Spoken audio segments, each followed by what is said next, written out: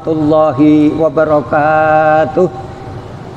Alhamdulillahilladzi an'amana bi ni'matil iman wal islam. Asyhadu an la ilaha illallah wahdahu la syarikalah wa asyhadu anna Muhammadan abduhu wa rasuluh. Allahumma shalli ala Muhammad wa ala alihi wa sahbihi wa man tabi'ahum bi ihsanin ila yaumiddin. Amma ba'd. Bapak-bapak, ibu-ibu, seluruh jamaah salat duhur yang dirahmati dan dimuliakan Allah SWT. Pertama-tama mari kita senantiasa untuk bersyukur kehadiratnya. Alhamdulillah di siang hari ini, di tengah-tengah kesibukan urusan duniawi ini, kita diberi kemudahan oleh Allah, memenuhi panggilan Allah untuk menjadi anak-anak akhirat, melaksanakan sholat duhur secara berjamaah di Masjid Raya Candi Lama ini. Alhamdulillah, yang kita laksanakan pada siang hari ini merupakan salah satu indikator atau ciri tanda-tanda orang yang taat kepada Allah, cinta kepada Allah dan cinta kepada Rasulullah SAW. Insya Allah, janji Allah, bagi orang yang bertakwa taat kepada Allah dan Rasulnya, Allah akan memberikan rahmat kepadanya.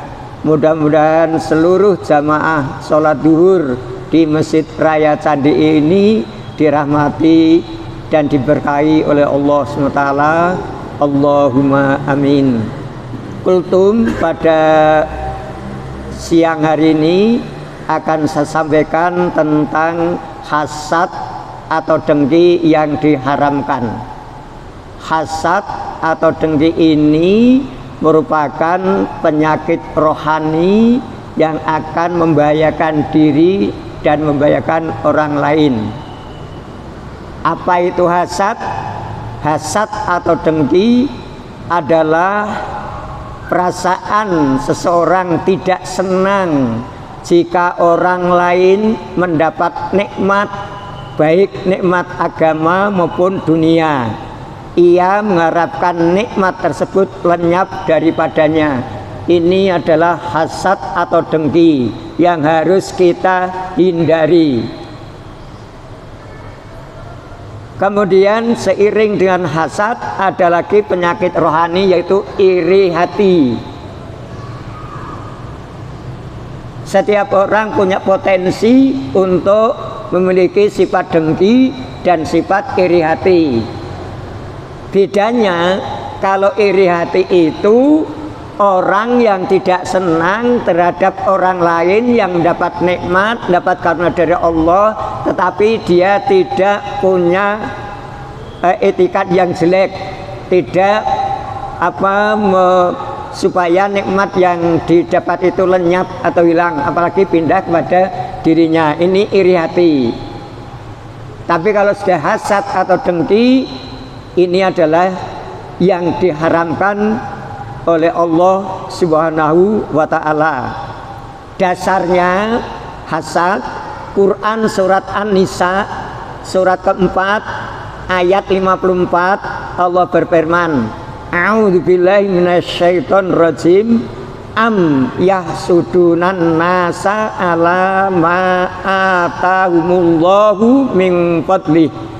Ataukah mereka dengki kepada manusia karena karunia yang telah Allah berikan kepadanya. Nah, jadi seluruh para jamaah semuanya, kita harus menjauhi tentang sifat hasad atau dengki ini. Kita harus senang apabila orang lain, apalagi tetangga, itu mendapatkan karunia dari Allah, nikmat dari Allah, kita ikut senang. Bukan kemudian kita dengki atau hasad. Dan kita tidak boleh seudon bahwa karunia yang diperoleh itu dari sesuatu yang tidak dihalalkan, tidak usah. Ketika tetangga kita mendapat nikmat, kita senang. karena kita barangkali bisa untuk ikut menikmati. Satu contoh, tetangga bisa beli mobil, kita tidak bisa, kemudian kita suatu saat butuh, kita tinggal bilang, insya Allah boleh. Tapi kalau kita sudah dengki, hasad, apalagi mau minjam, tidak berani, karena hatinya sudah jelek terlebih dahulu. Inilah hasad atau dengki, makanya dilarang, bahkan diharamkan. Dalam hadis yaitu kitab Riyadus Sholihin yang disusun oleh Imam Nawawi, nomor hadis 1575, dari Anas radhiyallahu anhu bahwa Nabi sallallahu alaihi wasallam bersabda, saya bacakan artinya, janganlah kalian saling membenci,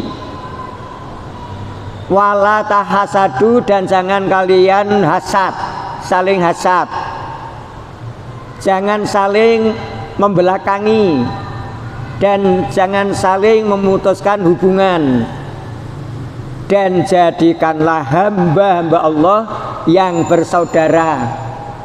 Seorang muslim tidak halal menjauhi atau mendiamkan saudaranya lebih dari 3 hari.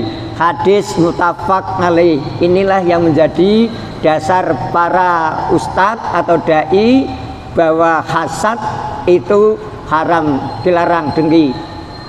Ketika kita sedang tidak berbaik dengan tetangga atau dengan teman, kita dilarang mendiamkan ya sampai lebih dari 3 hari. Itu haram, tidak boleh. Kalau sudah jengkel 1-2 hari harus cepat untuk minta maaf atas maafan. Nah, kenapa hasad ini diharamkan dalam agama? Dalam hadis Riyadus Sholihin nomor 1577 dari Abu Hurairah radhiyallahu anhu bahwa Nabi Muhammad SAW bersabda, "Iyyakum wal hasada, fa innal hasada yakulul hasanati kama takulun nar, kama takulun narul khatab au qala al usba."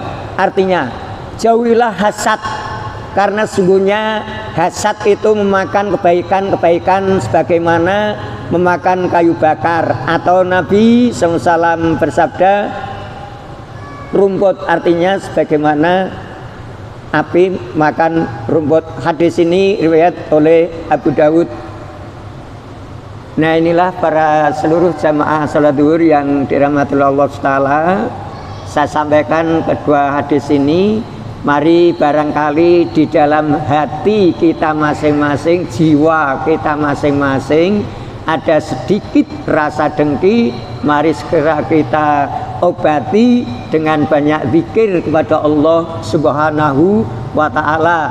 Banyak membaca Al-Quran, banyak sholat sunnah, banyak puasa sunnah setelah puasa wajib.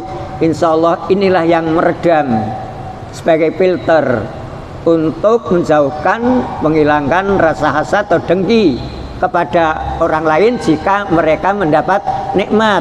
Atau ini satu teman, satu kantor, yang satunya cepat dipindah, artinya pindah tempat yang lebih enak. Kita tidak usah prasangka buruk, kita ikut senang. Alhamdulillah teman saya sudah naik jabatan, mudah-mudahan saya sebentar lagi nusul.